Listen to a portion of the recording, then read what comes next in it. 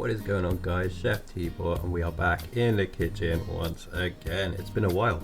I'm starting a new series now. It's a new cooking series. It's going to be simple recipes, so everything that I'm going to be cooking is very, very simple and easy for you guys to try and do at home. This is on screen right now a list of all the ingredients I use, apart from the carrots, which I'll put in later. I forgot to put them out, but I'll put a list in the description down below. Before we get into the prep side of things, guys, you know what to do. Smash that like button for me, subscribe if you're new around here, and then turn your notification bell and you'll be notified every time I upload a video. So we're just showing you preheat the oven to 150 degrees, and then we'll move on to the onions. So you take your large onion, chop it in half, peel it, and then you will see I've opted for chopping one half finely diced and then one slightly larger. It's personal preference. I like the smaller bits tend to dissolve when you slow cook it, so you get more onion flavour into your gravy, and then you've got some of the big pieces left at the end to put on top of your dish as well. So it's up to you how you want to do it, but yeah, cut up one onion.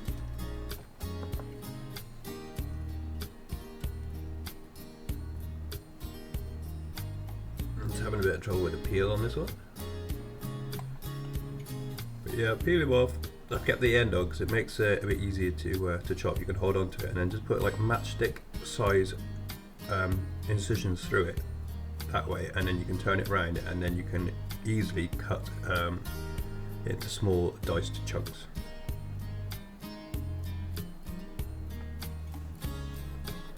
Which you will see in just a second. There we go, look.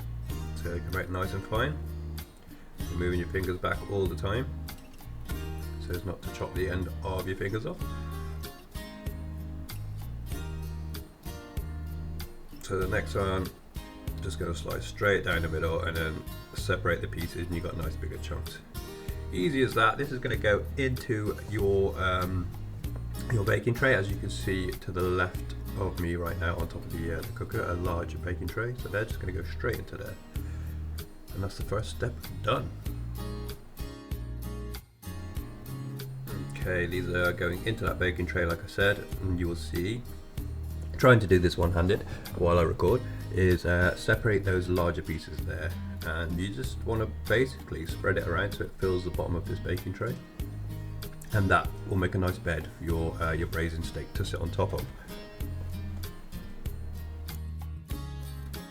Okay guys, the next step, and I actually missed out the recording of it for some reason. You take your 2 cloves of garlic, squash it with a knife and chop them straight in, skin on and everything, that's fine.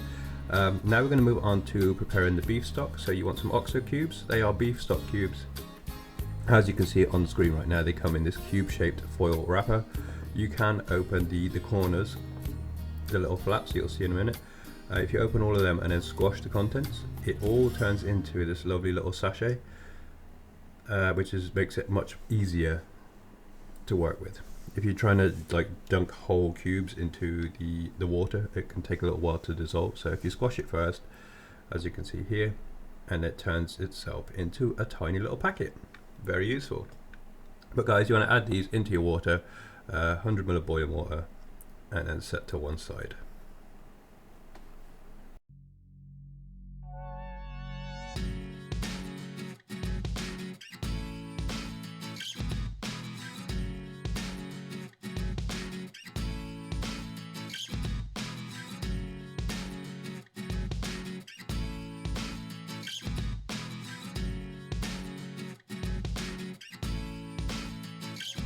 And now for the main event, that beautiful, beautiful beef braising steak.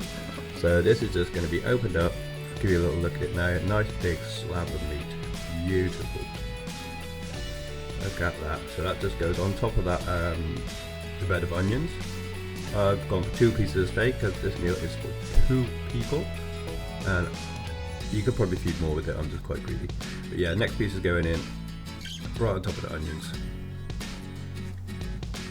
Make sure I peel that little sponge thing off the back that soaks up all the blood out of the meat. There has been times where I have cooked a whole dish with that attached to the bottom of it. Don't recommend it. And there we go, clean up, make sure you wash your hands, and we'll move on to the next step. Right, so your meat, onion and garlic is all in the pan, and that beautiful stock that we got ready earlier, you're going to pour that over the top of it all. I've gone for a litre of boiling water in the stock, and you want it to basically almost completely cover the meat. So just keep pouring until it's covered. You can see it just starting to lap over the top now. That is perfect. That's how you want it. This is then going to be covered in foil very, very tightly so no air gets out. As you can see now, just seasoning with a bit of salt and pepper. But yeah, cover it with foil, make sure it's nice and airtight. That's going to go into your preheated oven that's at 150 degrees, and you're going to cook this all day, literally the longer the better. I believe I did mine for 4 hours. You'll see the meat when it comes out of the oven in a little while. We're going to move on to preparing the potatoes. Okay, I know what you're thinking. These are not potatoes. You are correct. So not only did I forget to put them in the dish at the start and mention that at the beginning, I also forgot to mention that I'm doing them now. So here we go. Peel your carrots. These you can do on their own, but if you cook them in with the meat dishes, it soaks up all that beautiful flavour. So just peel your carrots and then take the top and bottoms off, just a little half each, and then I've halved them. There you go, top and bottom off. So yeah, then I halved them, and then I chopped them on like a bit of a strange angle, and for no particular reason. You can cut them however you want, but I've gone for really big chunks because it's going to be cooked slowly all day. So you want the, as you can see there, look, a little diagonal slice through them. That's all I've done. So they're relatively big chunks, but I like it a nice rustic look to it. That's what I've gone for. But yeah, chop them up. They go in with the onions, the meat, the garlic, and the stock. Then you'll cover it over with that foil.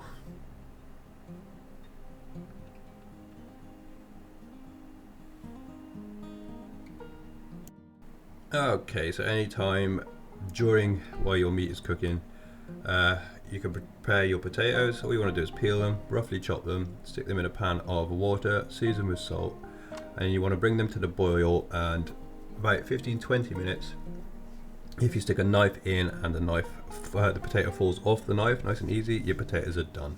So you can time that however you want. Depends how long you're going to cook your meat for, but yeah, just peel your potatoes, put them in the water, and they are done, ready and waiting for the meat. Okay, that moment has arrived. The meat is coming out of the oven. It's been in there 4.5 hours now. So I'm going to place it on top of these cutting boards. Be careful when you lift this foil, because as you open one end of it, the steam is going to rush out and it can potentially burn your fingers. So you'll see here, just very carefully, one corner, let that steam come out and take the rest off, and you will get a nice view of this meat now. Literally, it's just been sat in there. I've not stirred it, nothing. Just left it to do its thing, and look how juicy and tender that is. So delicious. So I'm just taking the foil off the outside. The meat is going to go onto a cutting board in just a second to rest, and then we will strain the gravy.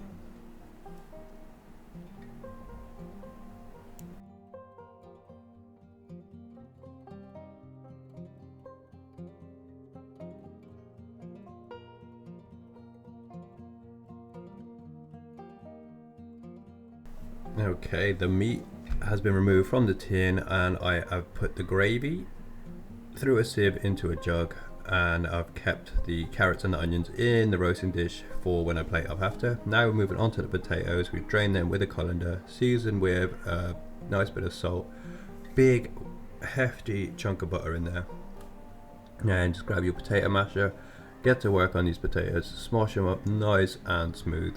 Ideally, if you've got a potato ricer, really great tool for getting the smoothest, creamiest mash. I don't, I've got some rubbish plastic masher, but it does the job. So lots of butter, salt, mash them up, and that's your potatoes complete. Now we move on to plating up. What I didn't show you is I have a saucepan with some garden peas in, just to go on the side of the dish too. So a nice dollop of your beautiful fluffy buttery mashed potato.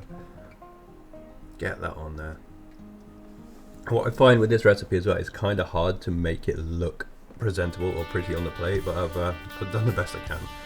But it's a really hearty, homely, tasty dish, so you just want to stuff it in your face anyway. You don't need it to look too pretty. So some garden peas on there.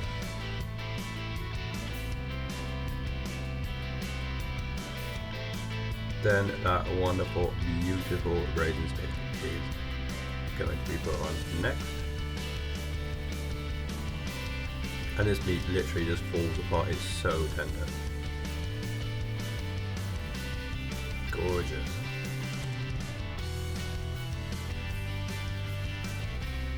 And we're going to finish off with a few carrots. And then I'm going to place some of the onions that were left over from the gravy on top of the meat and the mashed potato. I love the beautiful onion flavour into my mash. So we're just going to finish stacking some carrots up. Now as you can see, the carrots have gone that lovely brown colour, that orangey brown. That means they've soaked up all that beautiful gravy and meat juices. They taste fantastic. So yeah, a little handful of the onions. Put some of that on my mashed potato and also on my meat. And that is almost complete. Now we're going to add the gravy, which is on a saucepan to the left of me, and I've got that boiling to reduce down. It will thicken up and become a gorgeous, gorgeous, tasty gravy. So we're going to add that now. Here you go, splash that on. Fantastic. And that's it guys, very simple dish, very tasty. I recommend you try it.